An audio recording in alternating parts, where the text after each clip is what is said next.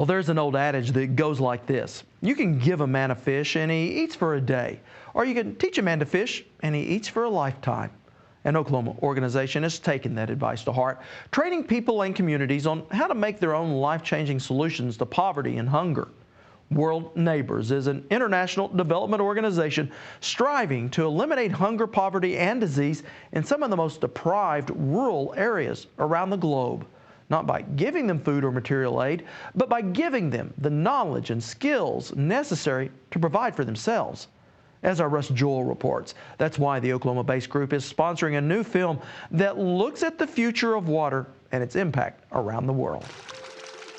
It's the lifeblood of, well, just about everything. Water, aside from being one of the most basic compounds on Earth, is also one of the most essential and influential, which is why it's the subject of a new documentary being shown at the Oklahoma City Museum of Art.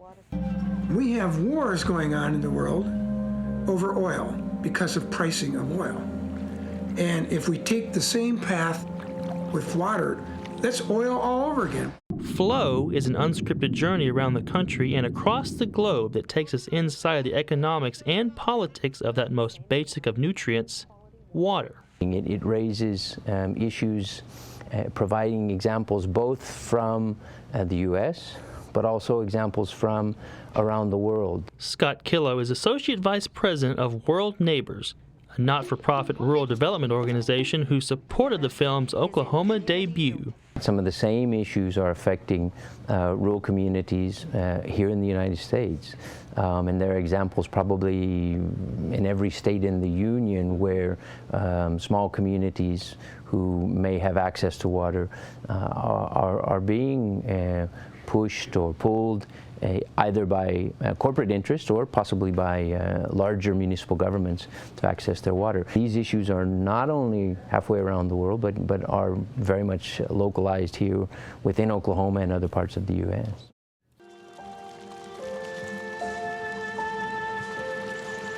At the point that I learned about Nestle's intention of establishing a bottling plant here in Michigan, I thought, Nestle here in the heart of our state, bottling water, this is a big one.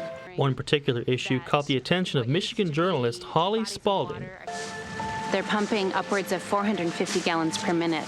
And what that means in ecological terms is that streams are lowering, that what used to be bodies of water are turning into mud flats. Lake levels are dropping in the vicinity of this pumping site.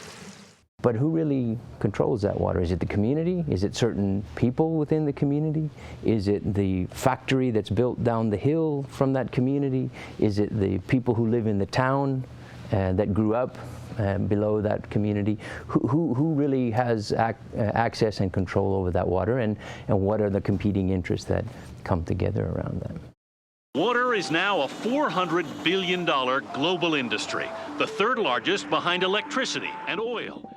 Also appearing in the film is Oklahoma's very own T. Boone Pickens, who weighs in on the possible effects of over-commercializing water. People say that, well, water's a lot like air. Do you charge for air? Of course not. You shouldn't charge for water. Well, okay, watch what happens. But in spite of its serious subject, the film does manage to interject a little humor from a notable Vegas entertainer. Why would people pay such a premium for bottled water? To find out, we took over a very trendy California restaurant. We printed our own elegant water menus with phony imported waters, costing as much as $7 per bottle. Our water steward gives our first lucky couple our special water list. I guess we'll get Le Doux Robinet. The Le Doux Robinet? Yeah. Oh, fantastic. Okay. It's French for tap water. Cheers. Okay.